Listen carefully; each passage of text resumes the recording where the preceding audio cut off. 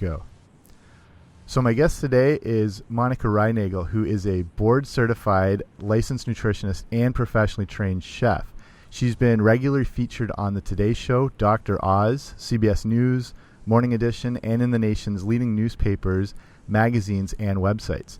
Monica is the author of 6 books, including Nutrition Diva Secrets for a Healthy Diet, The Inflammation-Free Diet Plan, and How to Win at Losing. And she's also the creator of one of the biggest health and fitness podcasts out there, the Nutrition Diva Show. So welcome to Regain Wellness, Monica.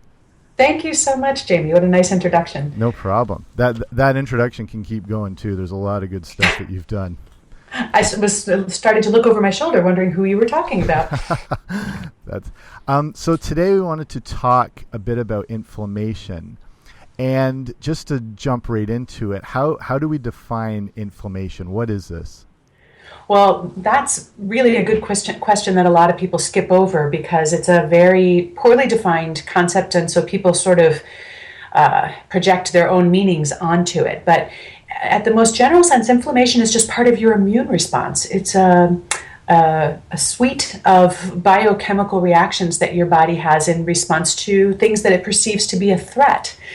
And so really when everything's working correctly, inflammation is your friend. It's what helps you defend against harmful pathogens and heal from injury. So what other problems does it cause? I think people are they hear about inflammation, but I don't know if they know how serious this gets. What are some other problems that it's really creating? Well, the big problem that I have been most focused on is something that we call chronic or systemic inflammation. And this is often without any symptoms at all. So you might not feel any pain or see, in fact, you probably won't see any swelling, but inside your body at the cellular level, there is inflammation going on, and it's not in response to an invader or an injury. It's just chronic, what I think of as inappropriate and excessive inflammation for no reason. It's as if the body turned on its defenses, and then when the threat passed, it forgot to turn them off, and now there's some collateral damage, or maybe friendly fire would be the better analogy. And so the danger of this sort of silent, hidden inflammation that is actually really common in our society for reasons we can explore in a minute is that these inflammatory chemicals and this inflammatory state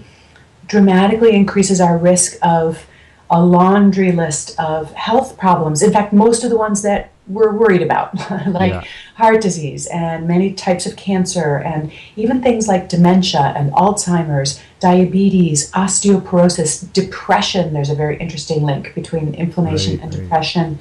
So the hope as these connections have unspooled, the hope is that by addressing this chronic systemic inflammation, we might be able to move the needle on some of these really common chronic degenerative conditions. Yeah, absolutely. What are foods that are causing this inflammatory response?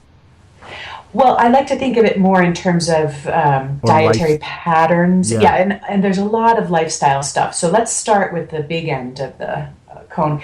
Things like sedentary lifestyles or being overweight. When we have more fat tissue on our bodies, fat cells actually produce those inflammatory chemicals at an accelerated rate. So when you have more fat, you are creating more inflammatory chemicals just, by virtue of that. Sedentary lifestyles, exposure to environmental pollutants like smoke or secondhand smoke or even air pollution can trigger inflammation in the body. And this is perhaps the most insidious of all because it's so hard to avoid it, but stress can drive inflammation. Emotional stress, physical stress, and remember that your body perceives a lack of sleep as stress. So stress, I think, is a big driver, but then I've saved the best for last, and that is, and the reason it's the best is because it's the one that we can do the most about, and that is the foods that we put in our body. Our sort of modern, what they call the standard American diet, which has that appropriate acronym SAD, tends to be high in refined grains, high in sugar, high in fats, high in saturated fats, and lower in other healthier fats. And that really does, and low in vegetables and fish and spices that act as anti-inflammatory agents. And so the whole package turns out to be a kind of pro-inflammatory diet. And that's where I've spent a lot of my time trying to educate people on how they can tweak that dietary pattern to be more anti-inflammatory and to start moving this ship in the right direction. Yeah. So besides, like, obviously the lifestyle changes and, you know, getting yourself out of like toxic situations, and bringing that upon yourself, what are some of the, like a good handful of foods that you mentioned a few just before there that are anti-inflammatory? Like, what are some things we can turn to? Yeah. Fish has such a reputation, and for good reason. It's the best source of those long-chain omega-3 fatty acids that are really quite powerfully anti-inflammatory in the body. So there's a lot of good data connecting frequent fish consumption with healthier lifespans and longer lifespans, and its anti-inflammatory effect is one big reason. And you can also get some of those anti-inflammatory fats from foods like flaxseed and chia and hemp seed, so those are great. Colorful fruits and vegetables are high in antioxidants, and antioxidants sort of help mop up the damage from pro-inflammatory responses. So we want to have a diet that's high in antioxidants.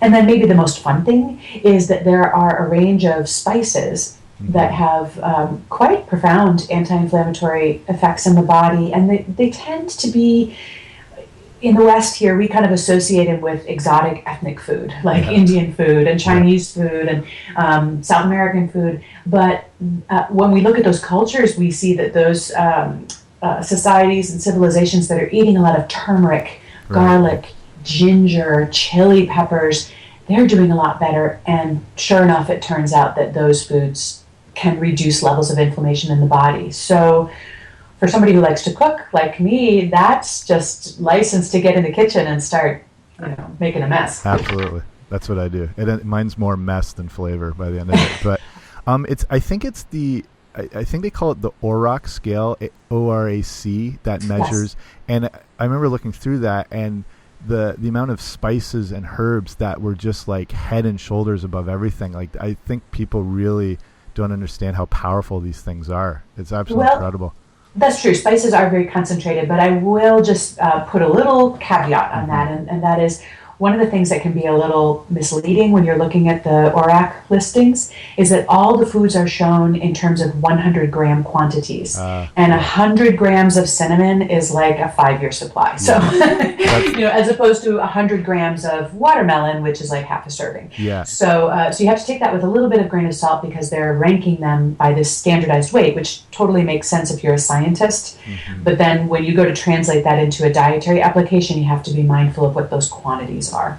That's a very good point for people to take away. And yeah, that cinnamon measure, that's like a bulk barn supply in one shot there. Right. All that. So, you mentioned fish before. What's your take on supplementing fish oil, whether it's capsule form or liquid form? Does that have any merit, or are you better to stick with the real thing?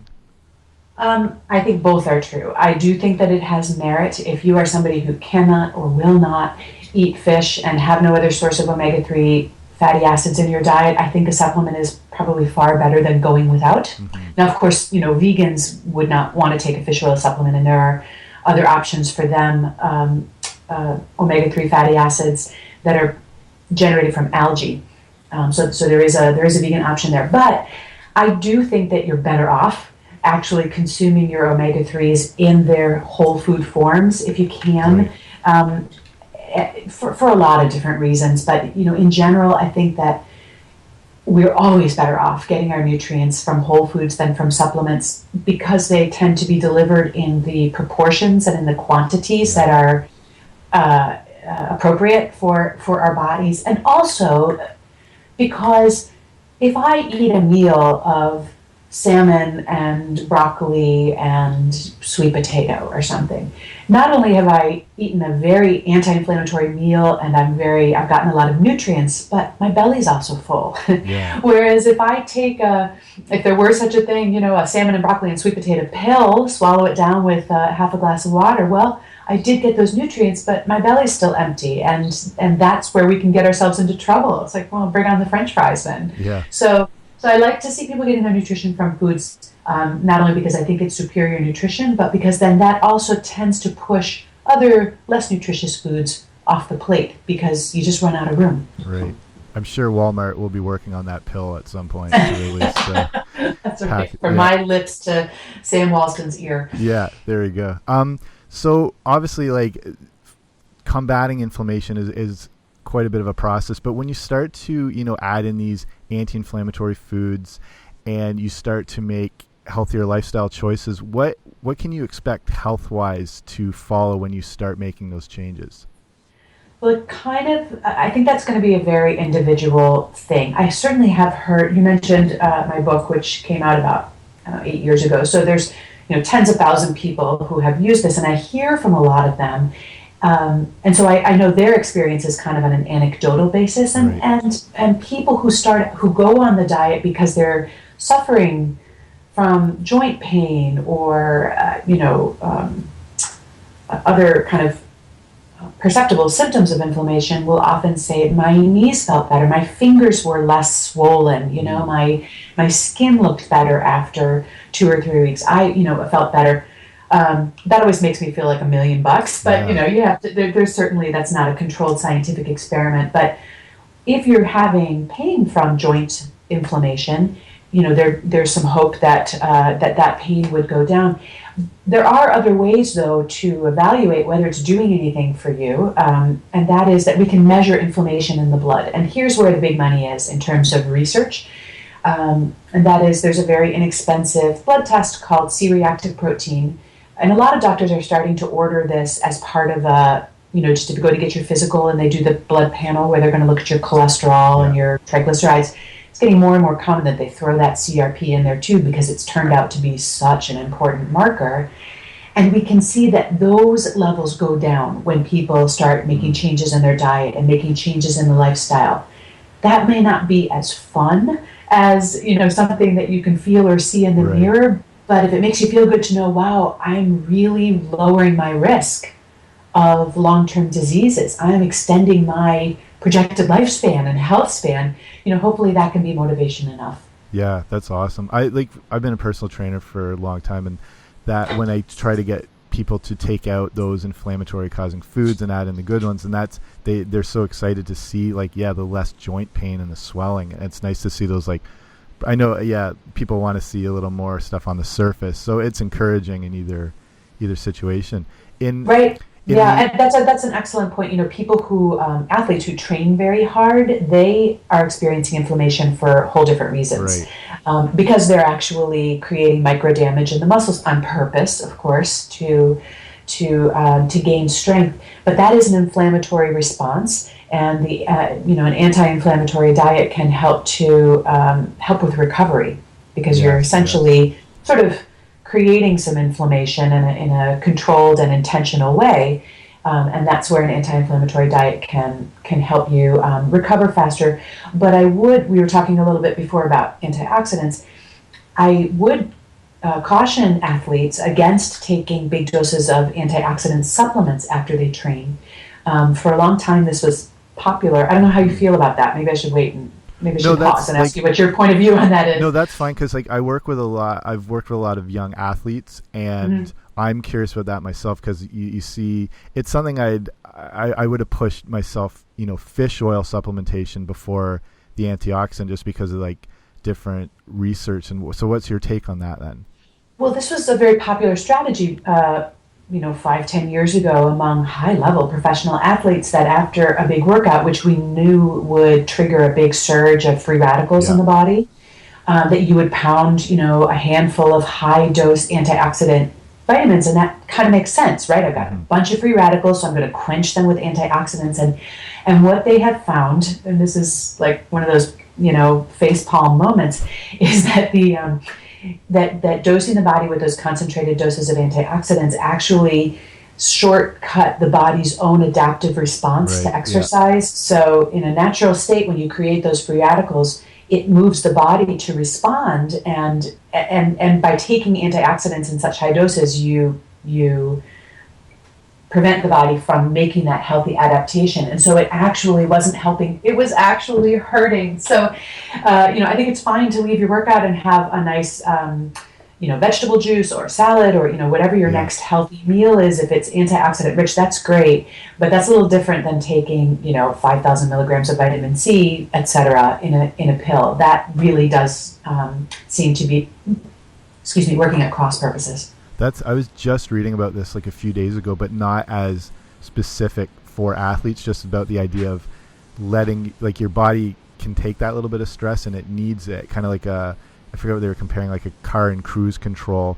The engine does need to work. And it was, I don't know if that relays it right. And that's the idea with the training, is you want that response. That's interesting, especially because I've worked with, younger athletes like 13, 14, 15 years old. So that's awesome.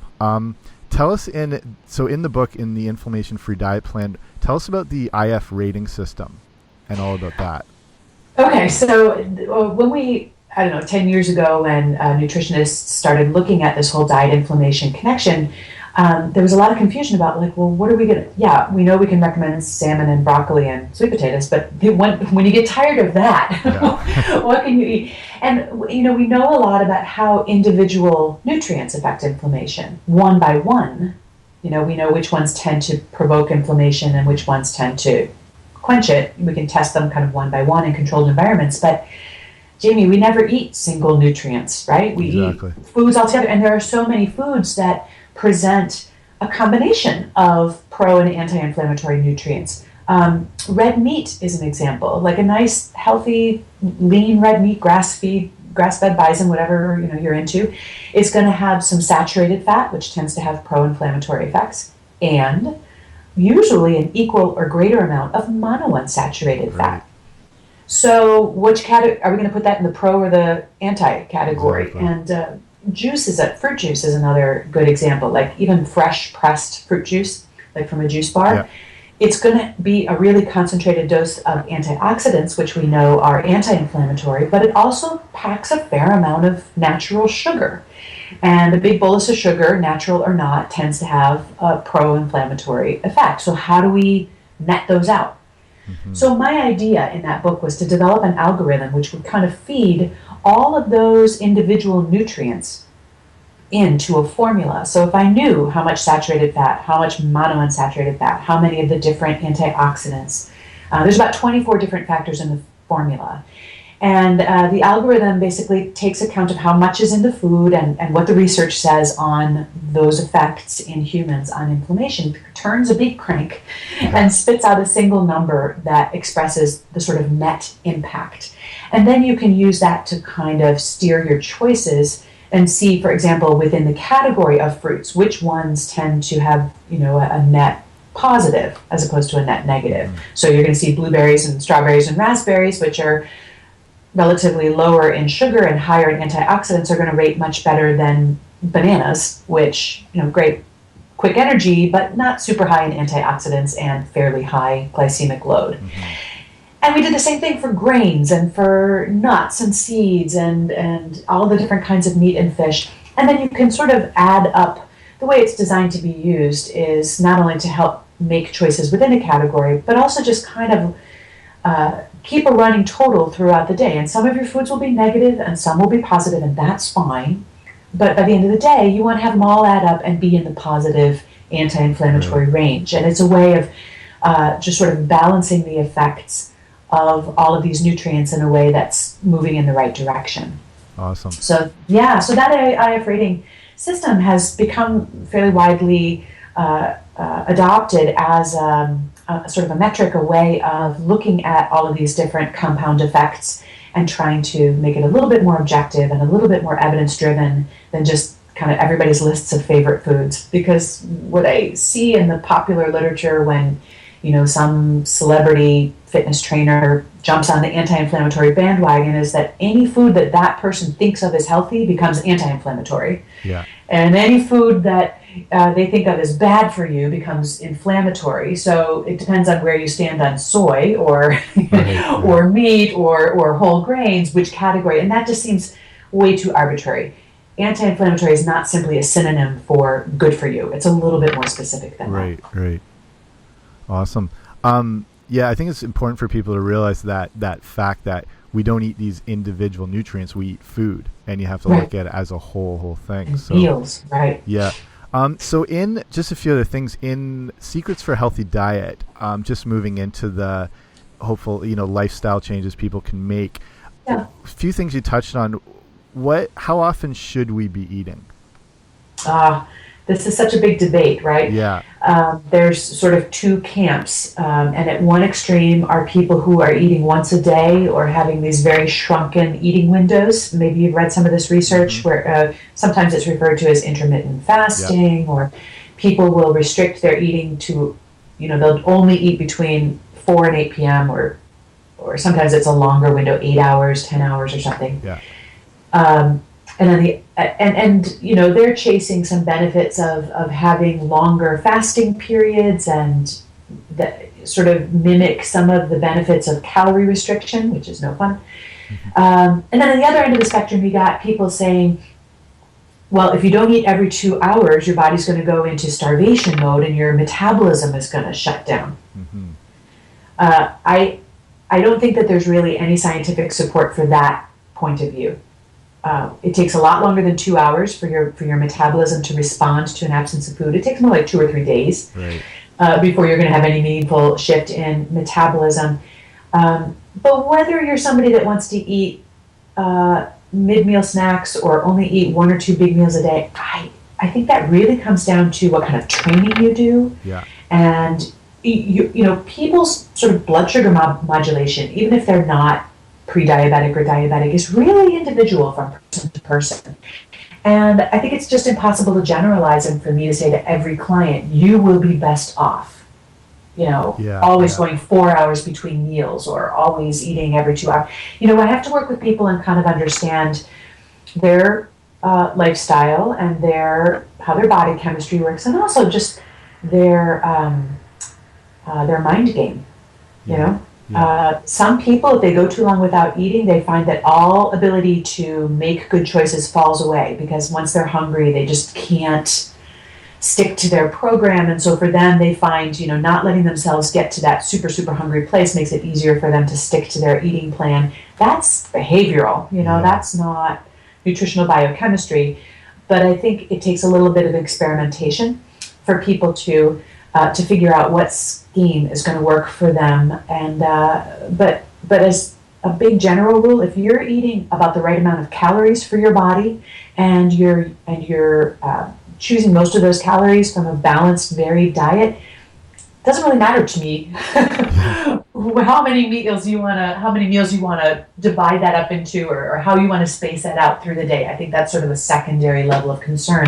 So figure out what works for you. What doesn't work, Jamie, is when people say, well, I'm going to eat every 2 hours because I just believe that'll be better for me because I have hypoglycemia or whatever, which I think is probably about the most misdiagnosed condition.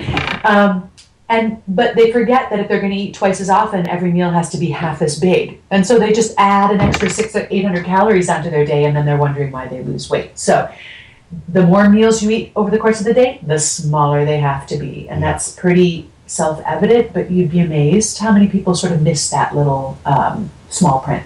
Right. These are great takeaways about the fact that it's not like a cookie cutter thing that applies to everyone, and you have to like I tell clients, like, even just say something about water. I'm like, I can give you a good guideline, but it's going to change depending on your situation, like your activity level or the environment or the humidity.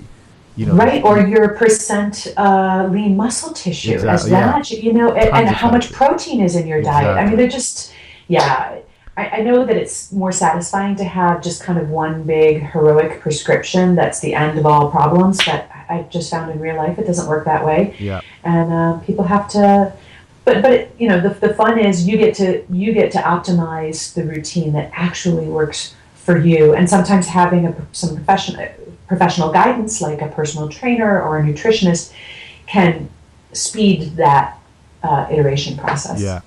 It's such a good takeaway to learn what works best for you and not follow something because, like, Beyonce is doing it, or what, you know what I mean, whatever. But absolutely. Yeah. And also to remember that you will change over time as Yeah, as you age, as you get leaner, or if you don't, if you go in the opposite direction, if you get pregnant, or, all the things that, if you're recovering from, a surgery or an illness or an injury or something like that, all of those things you may find, my friends who have young children, that's such a stressful time, and you're trying to figure out, okay, how do we work this with the meals and the naps so that everybody, can kind of survive.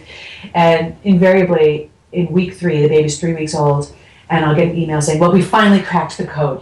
We've got it figured out. We got a schedule that's going to work. I'm like, well, enjoy that, because it's going to last about 3 days. We solved the puzzle. Good. Right, and then it'll be back into the blender. So you're never kind of done. Yeah, exactly. Figuring it out, but. Fitness, health, it's never done. It's always a progression. So just want to start wrapping up here.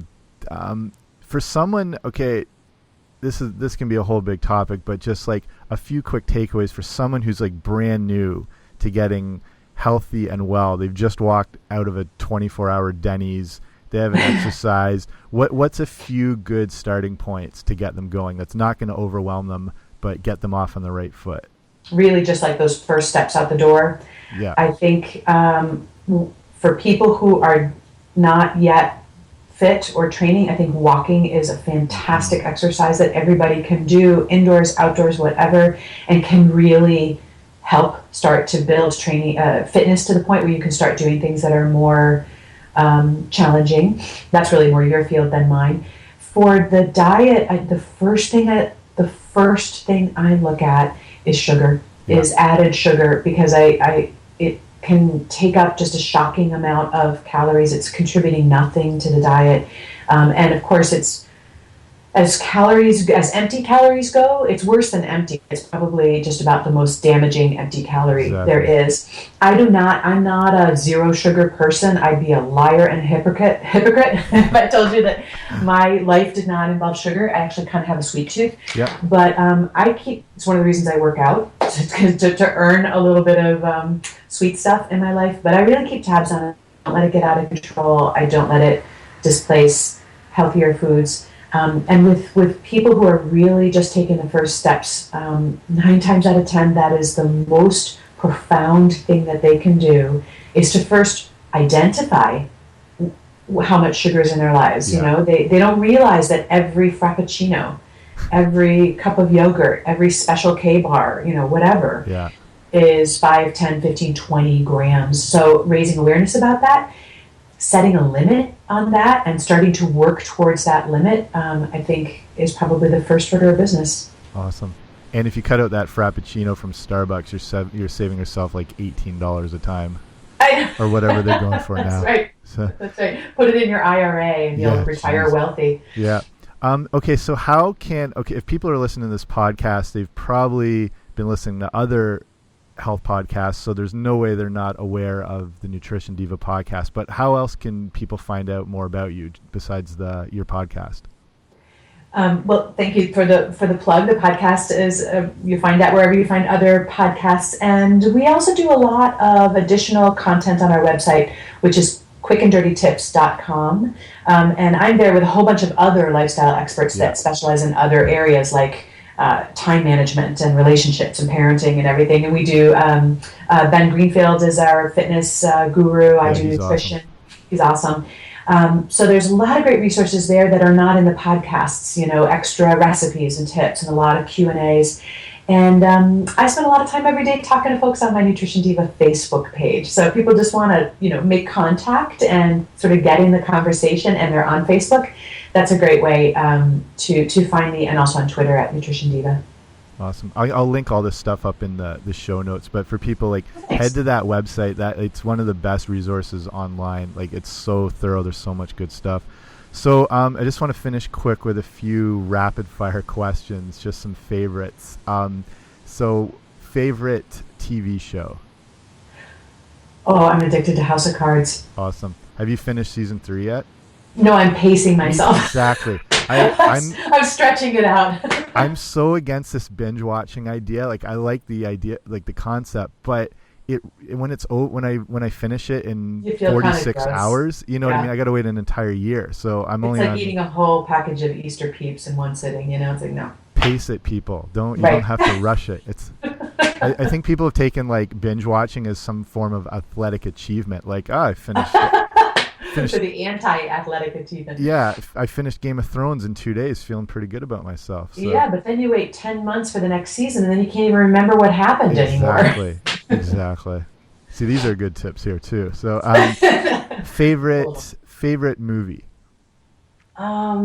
This season, my two favorites, I'm going to give you two, were Imitation Game. Yeah, that awesome. was amazing. And I was so surprised how much I loved American Sniper. I just thought that was such a powerful. Yeah. I didn't expect. I'm not really a war movie kind of gal.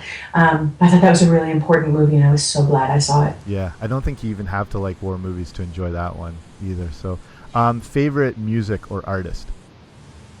Before I was a nutritionist, I was an opera singer. Yes, absolutely. I do. So I got to give a shout out to my peeps. I think my favorite opera singer right now on the stage is Joyce DiDonato. I think she's miraculous. Awesome.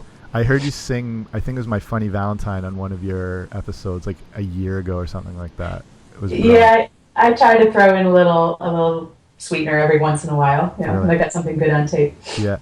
Favorite book, either nutrition or non-nutrition? Oh, God, nutrition. No. I just finished reading both of the Hilary Mantel books about Oliver Cromwell, Wolf Hall, and Bring Up the Bodies.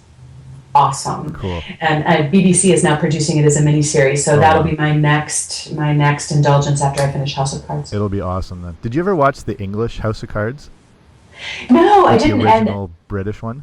No, I know that's what it was based on, and I can't imagine how. It just seems so specific to Washington, doesn't it? Exactly. And to our political scene, it's just so hard to imagine. But no, I never have. Have you? I started a bit, and then there's so many different things to watch and whatever. But it's a whole different thing. So I mean, a lot of people weren't even aware it was an original series before. But But it's really kind of a different story. Yeah, exactly. Oh, interesting. Yeah. And okay, last one. So favorite. Okay, if you could only have one meal or food for the rest of your life, what would it be? Oh, come on. I know. These are the real tough, hard-hitting questions here. One food for the rest of my life? Okay. I think it would have to be like a really veggie-heavy pizza. Awesome. That's Thin perfect. crust. Perfect. Yeah. I think I could live on that. Yes, absolutely. For a while. Yeah. Okay, thanks so much for doing this today. I was saying to other people when I'd been in personal training for a long, long time, and I just sort of got burnt out on it, and then really got more back into nutrition, and it really got a hold of me. And the first thing I got into was your podcast, and then Secrets for a Healthy Diet, and that really rejuvenated my interest in the whole health field. So I just want to thank you for all that. Oh, Jamie, thank you. That's such a nice thing to say. I really appreciate that. My pleasure. Thank you for doing this. Take care. Bye.